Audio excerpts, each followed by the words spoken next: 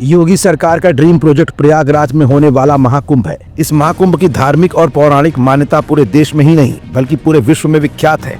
ऐसे में योगी आदित्यनाथ का पूरा सरकारी अमला प्रयागराज में होने वाले इस महाकुंभ को ऐतिहासिक बनाने में जुटा हुआ है।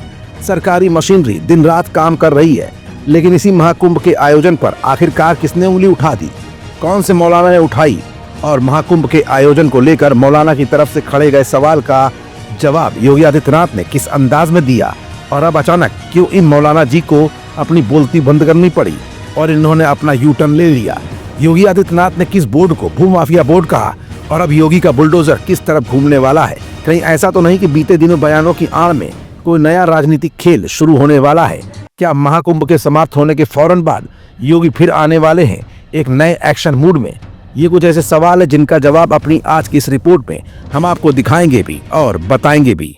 दरअसल महाकुंभ के मेले के दौरान एक बयान ने राजनीतिक मोड़ ले लिया है, लेकिन महाकुंभ में मुसलमानों के एंट्री को लेकर योगी सख्त नजर आ रहे हैं। जिस मौलाना ने सवाल उठाए थे, योगी आदित्यनाथ ने उनकी बोलती अब बंद कर दी है।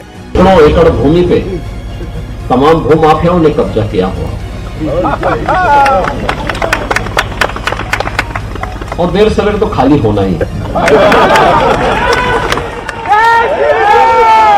आलम यह हुआ कि 24 घंटों के भीतर उन मौलाना को अपना बयान बदलना पड़ा और अब वो योगी योगी चिल्ला रहे हैं।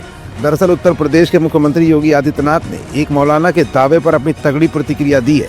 उन्होंने कहा कि ऐसी बातें कोई भूमाफिया ही कर सकता है। वक्फ बोर्ड को भूमाफिया बोर्ड मत बनने दीजिए, उसे वक्फ बोर्ड ही रहने दीजिए। योगी ने कहा कि ऐसे टिप्पणी करके लोग माहौल खराब करने की कोशिश कर रहे हैं। बता दें कि हाल में ही मौलाना शहाबुद्दीन बरेलवी ने दावा किया था कि प्रयागराज में होने वाला महाकुंभ वक्फ की जमीन पर हो रहा है।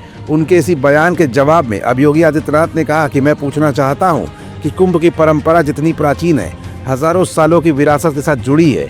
हम किसी मत और मजहब के खिलाफ नहीं है, लेकिन हम इतिहास देखें तो 14 वर्षों का इस्लाम का इतिहास है। 14 सालों के अपने इतिहास को कोई हजारों वर्षों के इस विरासत पर थोपने का प्रयास करेगा तो वो कतई कोई स्वीकार नहीं होगा। इसीलिए हम कहते हैं कि जो लोग ऐसा दावा कर रहे हैं वो मानसिकता किसी पवित्र उद्देश्य के साथ नहीं हो सकती है। योगी ने कहा किसी अच्छे आयोजन में व्यवधान पैदा करने की मानसिकता है और ये बुद्धि किसी भूमाफिया की ही हो सकती है।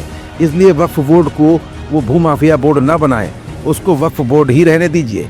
उन्होंने आगे कहा कि यूपी के अंदर हम जानते हैं कि उनकी आकाओं के द्वारा ये पहले से किया जाता है कि जो प्लॉट खाली है वो हमारा है। फिलहाल इस मामले में योगी के सख्त रवैये के बाद अब मौलाना के बोल बदल चुके हैं। वही मौलाना अब इस आयोजन को सही ठहराने लगे हैं और योगी योगी चिल्ला रहे हैं। फिलहाल योगी का चेतावनी भरा जवाब अब वक्फ बोर्ड के लिए कहीं न कहीं गले की फांस भी बन सकता है। फिलहाल तो अभी योगी की पूरी सरकार प्रयागराज में होने वाले महाकुंभ की तैयारियों में लगी हुई है, लेकिन माना जा रहा है कि महाकुंभ होने के तुरंत बाद योगी मिल्कीपुर विधानसभा उपचुनाव की तैयारियों के बीच में ही वक्फ बोर्ड को जोर का झटका धीमे से दे सकते हैं और ये जवाब वक्फ बोर्ड को भारी न पड़ जाए, इसमें कोई दो राय नहीं है। क्योंकि अपने बयान में योगी ने जिस तरह से खुले मंच पर अल्टीमेटम दिया है, वो इशारा वक्फ बोर्ड के लिए ठीक संदेश नहीं दे रहा है। हमारा channel Indian news services INS like, share and subscribe करना न भूलें।